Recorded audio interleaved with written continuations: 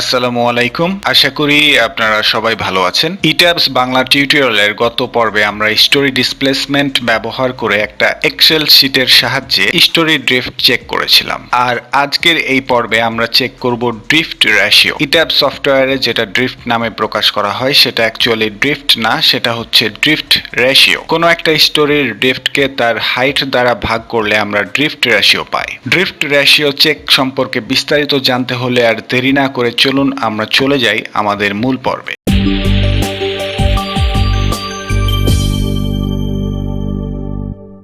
Drift রেশিওটা check করা হয় সার্ভিস কন্ডিশনে, এই জন্য আমরা সার্ভিস কন্ডিশন ফোল্ডারে চলে গেলাম। তারপরে আমরা এই ফাইলটা ওপেন করে নিচ্ছি।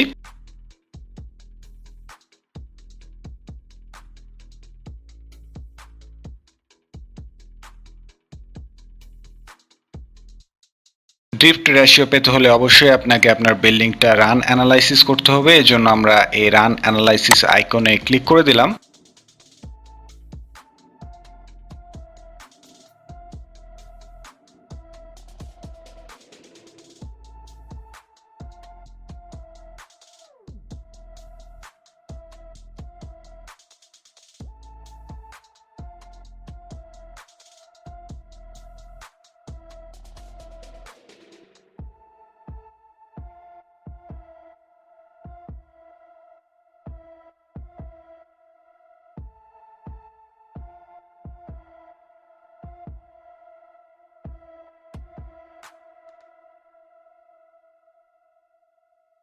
ওকে, আমাদের রান অ্যানালাইসিস কমপ্লিট। এবার আমরা চলে যাব এই টেবিল অপশনে, তারপরে আমরা চলে যাব অ্যানালাইসিস অপশনে এবং সব নিচে রয়েছে রেজাল্টস। এই রেজাল্টস অপশনটি এক্সপ্যান্ড করে আমরা ডিসপ্লেসমেন্টস অপশনটি এক্সপ্যান্ড করব এবং সব নিচে রয়েছে আমাদের স্টোরি ড্রিফট নামের একটি অপশন। এই অপশনে আমরা ডাবল ক্লিক করলাম, তাহলে নিচ থেকে একটি উইন্ডো ভেসে আসবে এবং এইখানে রয়েছে আমাদের ড্রিফট নামের একটি অপশন। তবে এগুলোতে আমাদের ইউনিট থাকলেও এই অপশনটি হচ্ছে ইউনিটলেস। এই ড্রিফট অপশনটির আশেপাশে কোথাও কোনো ইউনিট নেই, সুতরাং এই যে ভ্যালুগুলো আমরা দেখতে পাচ্ছি ড্রিফটের, সেগুলো শুধুমাত্র কোএফিসিয়েন্ট ছাড়া কিছু না। আর এটা হচ্ছে একটা রেশিও, স্টোরি ড্রিফটকে তার স্টোরি হাইট দ্বারা ভাগ করে আমরা একটা ভ্যালু পাই, সে ভ্যালুটা এখানে শো করা হচ্ছে। এই বিষয়টি আরো ক্লিয়ার হবে যদি আমরা এই ফিগারটা একটু অ্যানালাইসিস করি। ফার্স্ট স্টোরির হাইট হচ্ছে h1 এবং এটার স্টোরি ডিসপ্লেসমেন্ট হচ্ছে ডেল্টা 1। সেকেন্ড স্টোরির হাইট হচ্ছে h2 এবং এটার স্টোরি ডিসপ্লেসমেন্ট হচ্ছে ডেল্টা 2। আমরা যদি সেকেন্ড স্টোরির ড্রিফট রেশিওটা বের করি তাহলে প্রথমে আমাকে ড্রিফটটা বের করতে হবে, আর সেই ড্রিফটটা হবে del2 মাইনাস del1 এবং সেটার স্টোরি হাইট যদি h2 হয় সেটা দিয়ে যদি আমরা ভাগ করে দেই তাহলেই আমরা সেকেন্ড স্টোরির জন্য যে ড্রিফট রেশিওটা থাকে সেটা আমরা পেয়ে যাচ্ছি। আর এইভাবেই ETABS এ ড্রিফট রেশিওটাকে ড্রিফট নামে শো করা হচ্ছে, আর সেজন্য সেটার কোনো ইউনিট থাকছে না। আশা করি এই সিম্পল বিষয়টি আপনারা বুঝতে পেরেছেন। এবার আমরা এই ইউনিটলেস ড্রিফট রেশিওটাকে Bnbc 2020 অনুযায়ী চেক করব যে ETABS এ সেটা ঠিক মতো শো করছে কিনা। আর সেটা করার জন্য আপনাকে এই এক্সেল ফাইলটা ব্যবহার করতে হবে। এই এক্সেল ফাইলের নিচে আমাদের সেই সব রেফারেন্স দেয়া রয়েছে, যেসব রেফারেন্স ব্যবহার করে আমরা এই ড্রিফট রেশিওটা চেক করতে পারি। গত পর্বে আমরা দেখেছি যে ড্রিফট লিমিটের একটি ফর্মুলা থাকে এবং আমাদের বিল্ডিংটার জন্য ড্রিফট লিমিটের যে ফর্মুলাটা ছিল সেটা হচ্ছে 0.025 HSX। সুতরাং আমরা যদি বাম সাইডে ড্রিফটটা বসাই, drift is equal to 0.025 HSX, তাহলে এই HSX টা যদি আমরা ড্রিফটের নিচে নিয়ে আসি এবং সেটাকে যদি আমরা একটা রেশিও মনে করি ড্রিফট বাই স্টোরি হাইট, তাহলে আমাদের ড্রিফট রেশিওটা হবে 0.025। সুতরাং আমরা আমাদের এক্সেল ফাইলের এই জায়গায় যে গ্রিন কালারের সেলটা রয়েছে সেখানে আমরা ইনপুট করে দেব 0.025, তারপরে এন্টার প্রেস করব। ETABS থেকে পাওয়া ড্রিফট রেশিও গুলোকে আমাদেরকে হালকা একটু অ্যামপ্লিফাই করতে হবে দুটো ফ্যাক্টরের মাধ্যমে, আর সে দুটো ফ্যাক্টর হচ্ছে ডিফ্লেকশন অ্যামপ্লিফিকেশন ফ্যাক্টর CD এবং ইম্পর্টেন্স ফ্যাক্টর I। এই দুটোর মান কিভাবে বের করবেন সেটার রেফারেন্স নিচে দেয়া রয়েছে। আপনি এই দুটো পেজ ব্যবহার করে এই দুটো ফ্যাক্টরের মান খুব সহজেই বের করতে পারেন। গত পর্বে আমরা ডিসকাস করেছি কিভাবে এই দুটো ফ্যাক্টরের মান আমরা Bnbc থেকে আমাদের বিল্ডিং এর জন্য সেগুলোর ভ্যালুগুলো বের করতে পারি এবং সেগুলোকে আমরা আমাদের এই এক্সেল ফাইলটাতে ইনপুট করতে পারি।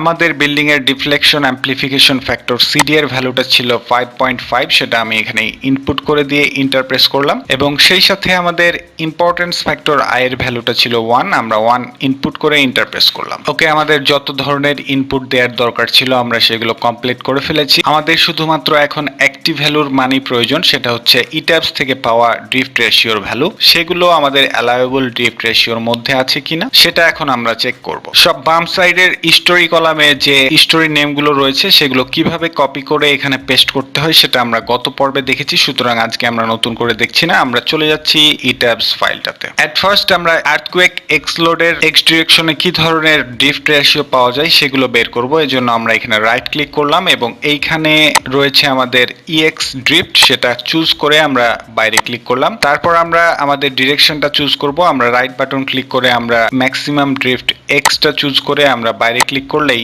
আমরা সেই ভ্যালুগুলো পেয়ে যাব। এবং এইখানে দেখা যাচ্ছে যে বিলো গ্রাউন্ড লেভেল আমাদের কোনো প্রকার ড্রিফট শো করছে না। আমরা এই ভ্যালুগুলো এভাবে সিলেক্ট করে রাইট বাটন ক্লিক করে কপি করে নিলাম এবং সেটাকে আমি এই সেলটাতে ক্লিক করে আমরা পেস্ট করে দিচ্ছি। পেস্ট করা মাত্রই আমার এই কলামটা ফিল আপ হয়ে গেছে অ্যাম্পলিফাইড ড্রিফট রেশিও। আমরা যদি এইখানে ক্লিক করি তাহলে দেখা যাচ্ছে যে B10 এর ভ্যালুটা আমাদের G4 মানে CD এর সাথে মাল্টিপ্লাই হচ্ছে এবং G5I এর সাথে ডিভাইড হয়ে আমরা এই ভ্যালুটা পাচ্ছি। সুতরাং ড্রিফট রেশিও বসানোর পরে সেটাকে অ্যাম্পলিফাই করার পরে ড্রিফট রেশিওটা আমরা এখানে খুব সহজেই পেয়ে যাচ্ছি। ফাউন্ডেশন বটম লেভেলের জন্য আমাদের ড্রিফট রেশিওটা ছিল 0, এর জন্য আমরা 0 ইনপুট করে ইন্টার প্রেস করলাম। আমরা এখানে দেখতে পাচ্ছি যে আমাদের যে অ্যাম্পলিফাইড ড্রিফট রেশিওর ভ্যালুগুলো সেগুলো হচ্ছে 0.025 এর কম, এই কারণে ডান পাশের রেজাল্ট কলামে আমাদের এগুলো সব ওকে দেখাচ্ছে। এগুলো যদি 0.025 এর বেশি হতো তাহলে এখানে নট ওকে শো করতো। সিমিলারলি আমরা ওয়াই ডিরেকশনের জন্য ম্যাক্সিমাম ড্রিফটটা বের করবো, এর জন্য আমরা রাইট ক্লিক করে এইখানে ম্যাক্সিমাম ড্রিফট ওয়াইটা চুজ করে নিলাম, তারপরে বাইরে ক্লিক করলাম এবং এখানেও 4টি ভ্যালু আমরা পাচ্ছি। এখান থেকে এগুলোকে সিলেক্ট করে কপি করে এই সেলটাতে ক্লিক করে আমরা কন্ট্রোল ভি এর মাধ্যমে সেগুলোকে পেস্ট করে দিলাম। এক্ষেত্রেও দেখা যাচ্ছে যে আমাদের অ্যাম্পলিফাইড ড্রিফট রেশিওটা আমাদের অ্যালাউয়েবল ড্রিফট রেশিও কম, এই কারণে রেজাল্টে আমাদের এখানে ওকে শো করছে। এবার আমরা আর্থকুয়েক ওয়াই লোডের জন্য আমরা আমাদের ড্রিফট রেশিওটা চেক করব, এর জন্য আমরা ইউআই অপশনে ক্লিক করলাম। তারপরে আমরা লোড কেস অর কম্বো এখানে রাইট ক্লিক করে আমরা এখানকার EY ড্রিফট অপশনটি চুজ করব। আমরা এইখানের এই অপশনটি চুজ করে নিলাম, তারপরে বাইরে ক্লিক করলাম এবং আমাদের ডিরেকশনটা হবে প্রথমে এক্স ডিরেকশনে, এজন্য আমরা এক্স অপশনটি চুজ করে বাইরে ক্লিক করলাম এবং সবগুলো ভ্যালু আমরা এভাবে সিলেক্ট করে রাইট বাটন ক্লিক করে কপি করে নিলাম। তারপরে আমরা সেটা এই রুমে কন্ট্রোল ভি এর মাধ্যমে সেটাকে পেস্ট করে দিলাম এবং এগুলোকে অ্যারেঞ্জ করে দিয়ে অল বর্ডার্স করে দিলাম। এক্ষেত্রেও যেটা দেখা যাচ্ছে যে আমাদের রেজাল্টে ওকে দেখাচ্ছে। এবার আমরা আর্থকুয়েক লোড ইউআই এর জন্য আমরা ওয়াই ডিরেকশনে কি রেজাল্ট আসে সেটা দেখার চেষ্টা করব, এর জন্য আমরা আবার সেই ETABS ফাইলে চলে যাচ্ছি। তারপরে আমরা আইটেম অপশনটার উপর রাইট বাটন ক্লিক করে এবার ওয়াই ডিরেকশনের জন্য ম্যাক্সিমাম ড্রিফটটা দেখতে যাচ্ছি, এর জন্য এই অপশনটি চুজ করে আমরা বাইরে ক্লিক করলাম এবং সবগুলো ভ্যালু আমরা এভাবে কপি করে নিচ্ছি। তারপরে এই সেলে ক্লিক করে আমরা কন্ট্রোল ভি করে সেগুলোকে পেস্ট করে দিচ্ছি এবং এগুলোকে আমরা অ্যারেঞ্জ করে দিচ্ছি যেন ক্লিয়ারলি সেটা বোঝা যায়। এক্ষেত্রেও যেটা দেখাচ্ছে আমাদের রেজাল্ট এখান থেকে এ পর্যন্ত ওকে দেখাচ্ছে। এভাবে খুব অল্প সময়ে এই এক্সেল শীটটি ব্যবহার করে আপনি আপনার বিল্ডিং এর ড্রিফট রেশিওটা চেক করতে পারবেন। ড্রিফট রেশিও চেক হওয়ার পরে আমরা এই উইন্ডোটি ক্লোজ করে দিব এবং আমরা চলে যাব আমাদের ডিফাইন অপশনে। তারপরে এইখানে রয়েছে লোড প্যাটার্নস, আমরা এই অপশনে ক্লিক করলাম। তারপরে আমরা হালকা একটু নিচে গিয়ে এই দুটো লোড প্যাটার্ন আমার আর প্রয়োজন নেই, আমার ড্রিফট এবং ড্রিফট রেশিও চেক করার জন্য এই দুটো লোডের প্রয়োজন পড়েছিল। তো বর্তমানে আমার রান অ্যানালাইসিস করা হয়েছে বলে আমার স্ট্রাকচারে আমি কোনো প্রকার মডিফাই করতে পারছি না, আমাকে অবশ্যই সেটা আনলক করে নিতে হবে। এজন্য আমি এই তালাটাতে ক্লিক করে আমরা ওকে অপশনে ক্লিক করলাম, তারপরে চলে গেলাম ডিফাইন অপশনে, তারপরে লোড প্যাটার্নস, তারপরে আমরা এই লোড প্যাটার্ন দুটো ডিলিট করে দিচ্ছি, তারপরে ওকে অপশনে ক্লিক করলাম। এই ছিল ড্রিফট রেশিও চেক। আশা করি আপনারা সবাই বুঝতে পেরেছেন, আপনাদের বুঝতে কোথাও সমস্যা হয়নি। তারপরেও যদি কোথাও কোনো সমস্যা কিংবা সংশয় থাকে তাহলে অবশ্যই কমেন্ট করে জানাবেন। সে পর্যন্ত ভালো থাকবেন, সুস্থ থাকবেন। ধন্যবাদ সবাইকে।